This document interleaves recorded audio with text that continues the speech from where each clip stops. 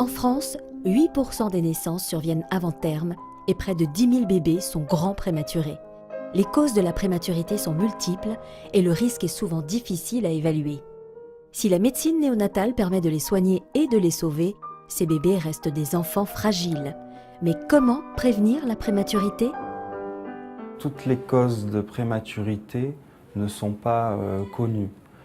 Soit le médecin peut décider de l'accouchement prématuré car il survient au cours de la grossesse un problème chez la maman ou chez l'enfant à naître qui risque de s'aggraver si l'on poursuit la grossesse.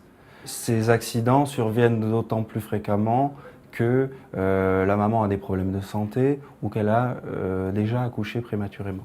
Soit l'accouchement prématuré est spontané.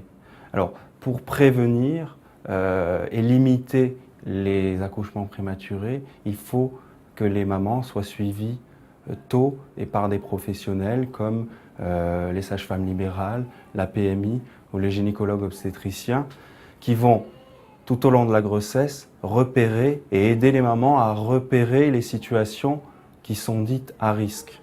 Comment agir en cas de menace d'accouchement prématuré? Il faut reconnaître la menace comme telle. Et les signes d'une menace d'accouchement prématuré sont difficiles à repérer. Les professionnels de santé sont là pour reconnaître une menace d'accouchement prématuré. Une fois repérée, la patiente est hospitalisée.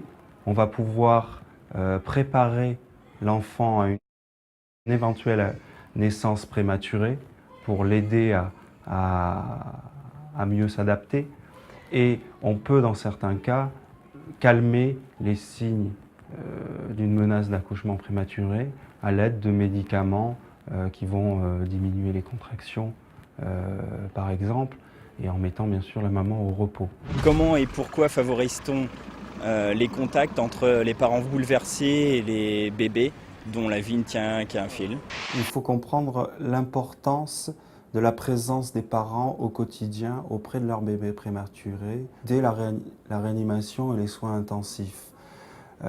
Cette importance se voit dans l'avenir des enfants, dans le développement des enfants à long terme. Nous accompagnons avec les puéricultrices, la psychologue, les médecins, ces parents et leurs enfants à se toucher, à se parler pour développer le lien dès les premiers instants.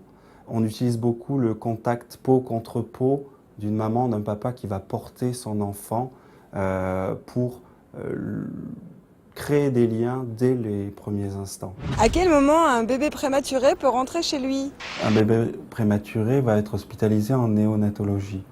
Dans ce service, il va pouvoir être accompagné avec sa maman pour préparer la sortie et le retour à la maison.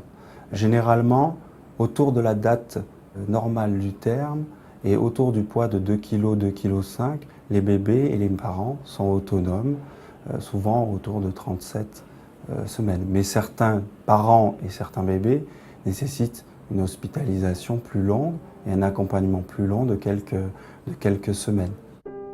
Si vous et vos petits bouts souhaitez participer à l'émission, nous écrire à matete@orange.fr.